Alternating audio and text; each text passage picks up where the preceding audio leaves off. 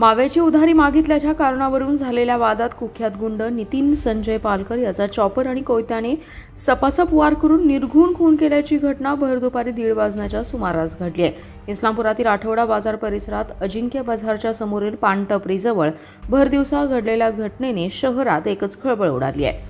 खून प्रकरणी पोलिसांनी तपासाची तातडीने चक्रे फिरवून पानटपरी चालक यश महेश माने आणि वैभव दत्तात्रय थोरात या दोघांना अटक केली आहे। बुधवारी रात्री मृत नितीन पालकर हा यश मानेच्या पानटपरीवर मावा खाण्यासाठी गेला होता। यशने माव्याचे पैसे मागितले, त्यावरून दोघांच्यात वादावादी झाली। त्यानंतर यश पालकर याला फोन करून पैशाची मागणी केली।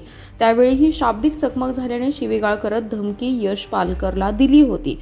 सकाळी पालकर आणि त्याचा मित्र रोहित हे दोघे टपरीवर गेले होते। त्या ठिकाणी सोबत वैभव थोरात हा देखील होता।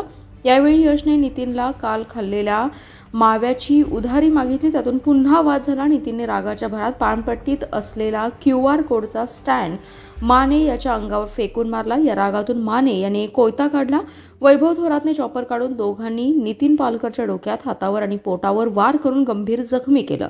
घटनास्थळी नितीन पालकर रक्ताच्या थारोळ्यात पडला होता। या प्रकारानंतर यश माने आणि वैभव थोरात यांनी घटनास्थळावरून पलायन केलं। बाजाराचा दिवस असल्याने आठवडा बाजार परिसरात मोठी गर्दी होती। रक्ताच्या थारोळ्यात पडलेल्या पालकरला उपजिल्हा रुग्णालयात हलवण्यात आलं, परंतु त्यापूर्वीच त्याचा मृत्यू झाला होता।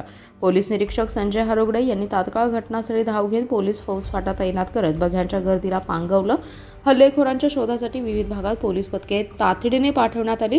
संशयित माने आणि थोरात हे पळून जाण्याच्या तयारीत असतानाच त्यांना पोलिसांनी अवघ्या काही तासात जेरबंद केले। दरम्यान अट्टल गुन्हेगार नितीन पालकर हा पोलिसांच्या रेकॉर्डवरील कुख्यात गुंड आहे। त्याच्यावर खंडणी, हाणामारी, खुनाचा प्रयत्न असे एकूण 13 गंभीर गुन्हे तर अन्य किरकोळ 3 गुन्हे दाखल आहेत। 2019 साली त्याच्यावर मोक्का अंतर्गत कारवाई केली होती, त्यातून तो बाहेर आला होता।